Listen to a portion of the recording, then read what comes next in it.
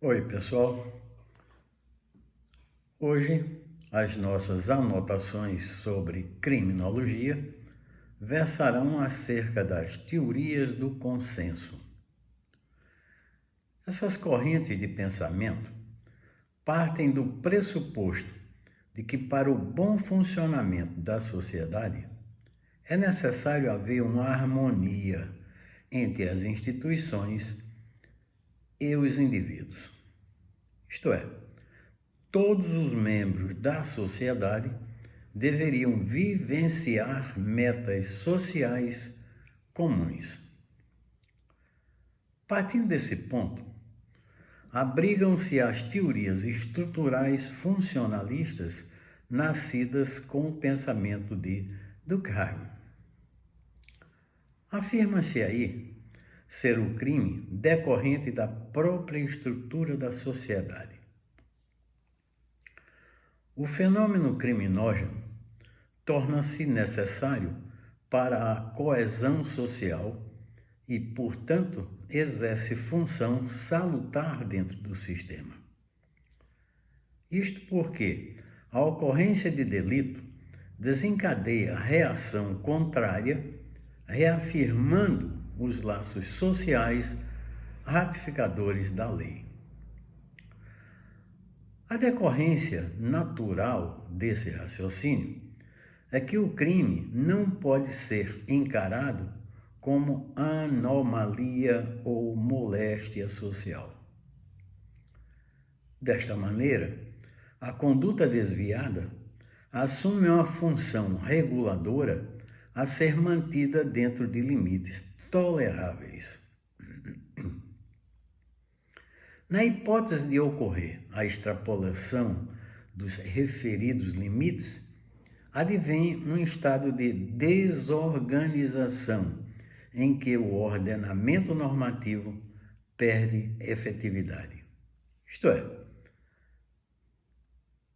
ocorre a anomia causadora da desagregação e deterioração social. Várias são as correntes que seguem esse pensamento consensual. Uma delas é a chamada Escola de Chicago. Essa escola elabora a teoria da ecologia criminal. Ela procura identificar áreas de criminalidade geograficamente. A ideia é a seguinte: teríamos uma série de círculos concêntricos iniciados numa primeira zona central, que seria a área de localização de lojas, de bancos, de armazéns, de órgãos públicos, fábricas, etc., que se expande para uma segunda área de transição. E essa segunda torna-se propícia à criação de guetos. Segue-se a ela a terceira zona, caracterizada como residencial, onde se fixam os trabalhadores pobres e os forasteiros. Essa, por sua vez, liga-se a uma quarta área, onde se assentam as moradias de classe média. E, por fim, temos uma zona em que se estabelece a elite socioeconômica. Para elaborar essa tese, utilizou-se a cidade de Chicago da época da Revolução Industrial.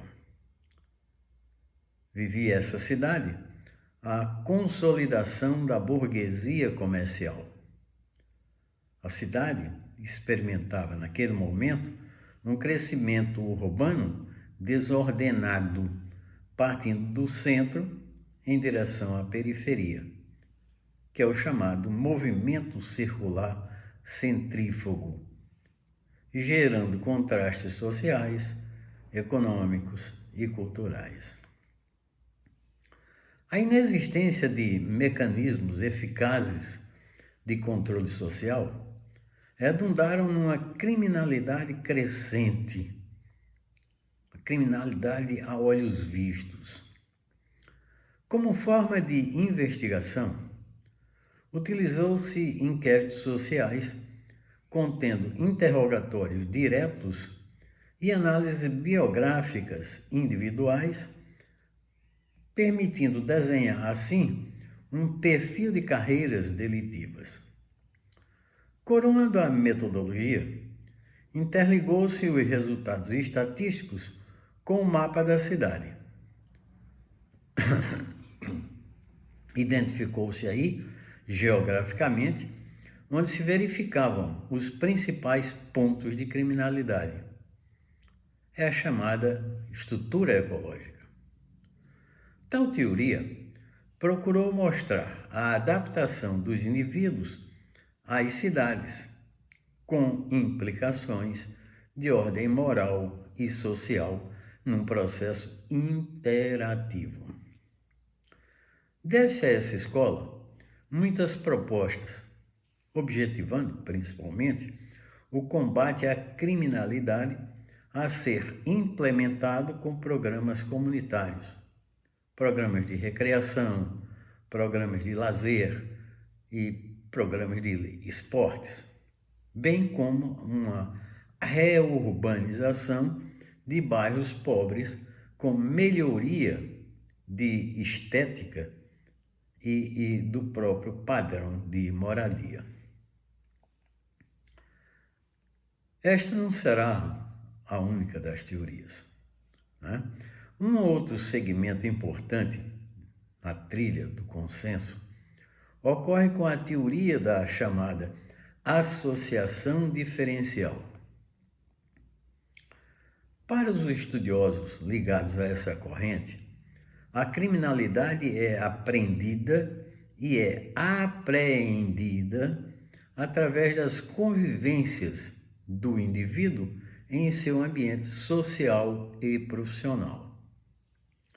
Essa hipótese procura identificar a prática de condutas desviantes das classes altas e das classes baixas através de convívio-aprendizagem. Pregava-se, através dessa teoria, que a convivência geralmente conduz à prática de crimes semelhantes ao dos seus pares. Isso em decorrência da interação entre as pessoas do mesmo nível social. Verifica-se assim, estatisticamente, que a modalidade de conduta atribuída aos indivíduos das classes pobres e segmentos abastados apresenta distribuição em consonância com os meios disponíveis para os respectivos impulsos delituosos.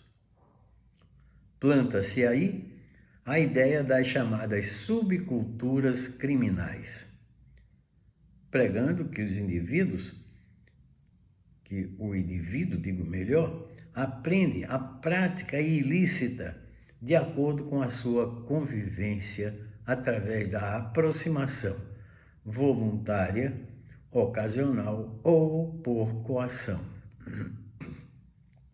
Observa-se também que as classes sociais mais altas acabam por influenciar as demais classes em razão do monopólio dos meios de comunicação. Uma outra teoria, que é conhecida como teoria da anomia, encara a sociedade como um todo orgânico articulado, onde se faz necessária a interação dos indivíduos em um ambiente de valores e de regras comuns. Nessa formulação de matriz estrutural funcionalista, ocorre uma apropriação do conceito de anomia, formulado por Durkheim. O crime aqui também não é visto como anomalia. O diferencial dessa escola será a conotação marxista, onde se afirma ser o desvio um produto da própria estrutura social. Essa corrente entende que a estrutura compele o indivíduo à conduta desviante, em razão de falha do Estado, gerando uma disfunção. O modelo funciona mais ou menos da seguinte maneira: a sociedade estabelece metas para o indivíduo, porém não disponibiliza os meios legais necessários para que todos alcancem as metas. Em razão dessa ausência de formas para a realização da conquista, o indivíduo então perde as suas referências e se sente impotente e abandonado. Uma vez privado dos meios para atingir as metas e também pressionado socialmente para a obtenção dessas tais metas, o indivíduo procura preencher esse vácuo de alguma maneira. Ele busca então um atalho para atingir os fins desejados através de meios ilegítimos, de meios desviantes e ilegais. Em resumo, a origem dos comportamentos desviantes encontra-se na desproporção entre os fins propostos e os meios legítimos para alcançá-lo. Nessa equação, a cultura apresenta metas para os membros de estratos inferiores, mas nega-lhes as possibilidades de fazê-lo com os meios institucionais legítimos. A anomia, assim, é vista como um conflito cultural, onde se verifica um sistema de valores em antítese com um outro sistema de valores. Segue-se daí duas possibilidades: um comportamento de conformismo, que é o mais comum, com a adesão, ou a inovação, onde as pessoas aceitam metas culturais, mas não acatam os meios institucionalizados para alcançá-los. Nesse caso, ocorre o rompimento com o sistema através de conduta desviante. Uma outra corrente interessante, que deve ser também aqui analisada, dentro da linha do consenso, é a chamada teoria da subcultura delinquente. As premissas básicas dessa teoria são as seguintes: o caráter pluralista e atomizado da ordem social, a positivação da conduta desviada e as semelhanças estruturais entre os comportamentos regulares e irregulares. Na subcultura delinquente, são identificados, primeiro, o não utilitarismo da ação, também a malícia da conduta e, por fim, o negativismo. As chamadas subculturas criminais, as chamadas culturas de tribos, apresentam-se como reação de minorias desfavorecidas diante das exigências sociais de sobrevivência. Servem como exemplos as gangues de jovens delinquentes, onde os membros passam a aceitar os valores do grupo, sobrepondo-os aos valores sociais dominantes.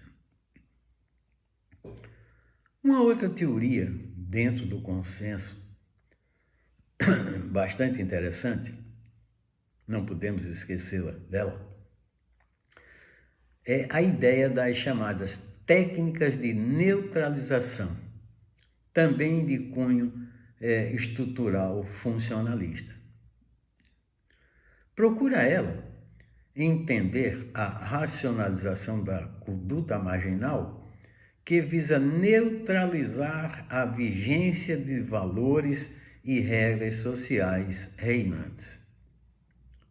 Nesse caso, parte-se da ideia de que o indivíduo mergulhado numa subcultura criminal não perde totalmente o contato com a cultura oficial. E mais, ainda sofre também influência dessa mesma cultura, continuando a reconhecer algumas de suas regras.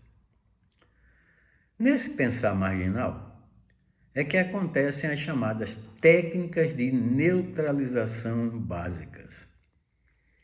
A primeira delas, a primeira técnica dessa neutralização, é a exclusão da responsabilidade própria, colocando-se em posição de vítima dos mecanismos sociais que o criminalizaram para o agir ilícito. A segunda implica na negação da ilicitude, entendendo que as atuações são apenas proibidas, mas não são criminosas, não são imorais e não são destrutivas. O terceiro pilar é a oposição à vítima, vez que o sujeito passivo do crime é visto como merecedor do mal ou do prejuízo sofrido. O quarto ponto é a reversão da ideia de condenação, conferindo qualidades negativas aos órgãos oficiais de repressão criminal. E, por último, tem-se um chamamento, digamos assim, das instâncias marginais a esse desvio ou a esse ponto em que o desviado agrega-se, aderindo, portanto, às normas e valores alternativos em prejuízo de regras sociais normais. Essas, portanto, foram de forma bastante aligerada, né, um panorama, uma ideia das chamadas teorias do consenso. Espero que vocês façam leitura dos textos indicados a vocês para compreender e complementar essas noções. Bons estudos e até o nosso próximo encontro, quando falaremos sobre a temática das teorias do conflito.